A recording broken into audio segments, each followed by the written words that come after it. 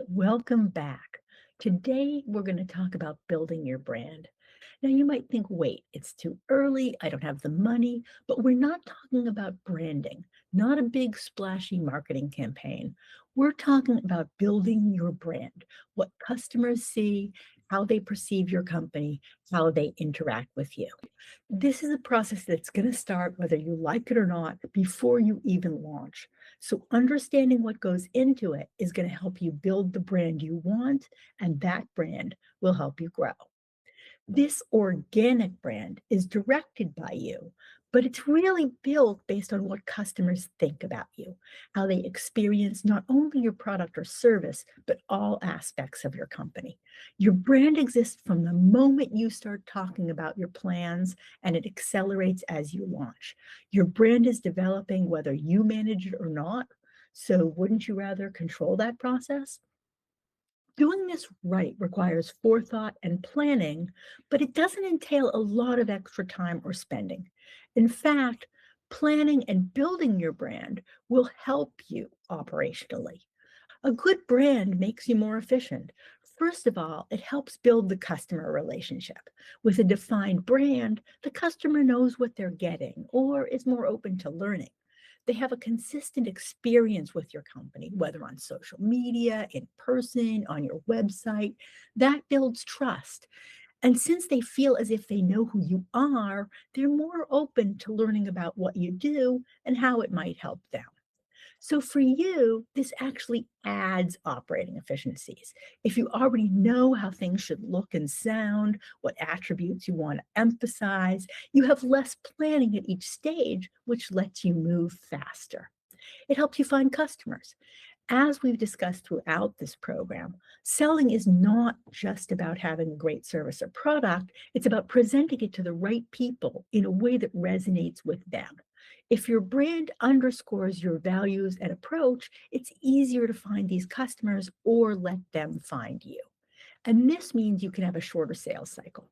A lot of sales effort goes into building trust. So you can shorten the cycle if your brand does some of this work for you. And a shorter sales cycle means more earnings faster, driving growth. So brand is important, but what do we mean when we talk about brand? A lot of it goes back to the idea we actually started this process with: value proposition. What are you doing for whom and why should they care? And how do you do this in a way that's better or different? And remember that part of the value proposition was emotional and social, so that's going to be part of the brand as well. And now that you're ready to actually take this offering to customers, you've got to put that mission into action. You've got to show that differentiation in your customers' experience of your product or service and all their interactions with your company. Part of this is your brand's personality. If you're offering a service, are you the all knowing expert? Are you the friendly but experienced helper? Are you the peer who's been in their shoes? Whatever you decide, it's going to be part of the way you present yourself to customers at every stage of the interaction. If the brand is built on customer perceptions, you've got to think about what they see and experience. Do they feel that you're solving a problem they care about, that you're focused on people like them? Do they see the advantages that you claim, not only in the product, but in the way that you explain it, in how they experience it as they start using it? Does the brand's tone align with what they're experiencing, not only from the product or service itself, but from all their interactions with your company? The branding process starts day one and it starts with you. You are the brand. You're designing the product or service. You're hiring the people customers will interact with. You're seeking out the places where they'll encounter it. And often you're the main salesperson, customer service agent, and everything else. So, like it or not, you're a core part of the brand. Your messaging, whether it's on social media, in sales calls, or in the way you introduce yourself when you meet somebody new, should all echo what you want the brand to be. That's easier if the brand reflects things that matter to you: why you started, where you're going, why this problem matters to you, and what you've learned as you've launched, who you've helped, what they value, and what they've experienced out of your product or service. So, branding really starts with and is driven by what you do for your customers. Why and how do you do it? And how do they experience? But there is also that brand that people see. We call this the brand's personality. When you think about the brands that you like, you can probably see there's a consistency there. There are characteristics that they're trying to communicate, and what the brand stands for aligns with how they look, how they sound, their colors, logo, the tone they use in text or videos, the story they tell about how and why they started, or how they explain their mission. You wouldn't expect to have a chatty, friendly, "Hi, we're here to help" type brand and then a very austere, formal text and logo. That possibly, but that would be a specific brand choice. You generally want everything the customer experiences to have a consistent look and feel.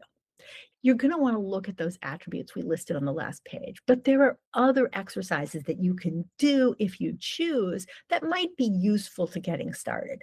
For example, think of a tagline that briefly explains your product or service and your whole approach to business and customers. You might start by writing a welcome email. It's a way of explaining first to yourself and then to others what you really hope people will experience as they start to interact with your company. You can also think about things that you wouldn't do, phrases you wouldn't use, actions you would not take. If you're already in business, check out what your customers are saying about you, good and bad. You're going to have some outliers, but are you hearing any consistent themes? That's already part of your brand. So is it right? If not, should you embrace it? Should you work to change it? These are all actions that you can and should take. One other simple thing you can do is just pay closer attention to the brands that you interact with. How do you think they're trying to present themselves? Is that consistent with your experience, your expectations of the brand? Why and why not? Just going through this thought process will make you more sensitive as you go forward and design your own brand. So, for this week's project, we're going to start by going back to value proposition. We started there, but you've learned a lot since then, so you might want to update it. Then describe how the customer should experience that value. What does it look like from their end? And then we've got a few activities that you can experiment with in terms of tone. So go back to the earlier slides, try some of those activities, maybe design a logo, craft a welcome email, create a mood board, whatever works for you. So, very briefly, here's the dog walking example we've used in the past. As you recall, our value prop is that we're the neighbor that you can rely on to walk your dog. We treat them like family. We would define our core values as that we're trusted, reliable, calming. What do we promise? We promise to treat your dog the way you would if you had the time. Then we flip this around and think about what we would like our customers to be saying about us. I know my dog's in good hands. They treat my dog well. They're reliable, caring, they give me peace of mind. We want to put ourselves in the customer's shoes. We've also got another worksheet that can help you work on the brand's personality, the look, and voice. It gives you a continuum from more casual to more formal so that you can start to think about where you fit in, what's right for your brand's personality. For example, we want to be a friendly dog walker. So we're probably going to lean a little towards that casual end, but we don't want to be too casual. We don't want to be too fun because people are trusting us with their dog. They're letting us into their homes. So we've got to have some seriousness. Doing this exercise helps think about where we want to land within that spectrum. You don't have to answer all of it. It doesn't seem important for our dog walking business whether we're geometric or organic, but it does help us focus on other attributes that we want to come through with our brand. So give it a try. As always, we've got links to the worksheet, we've got links to the dog walking example. And if you have any questions, please go to our portal, paddlingfuriously.com/portal, where you can ask questions or answer other people's questions. Next week, our final segment, we're going to talk about getting ready to launch. What steps do you need to take? What should you do first?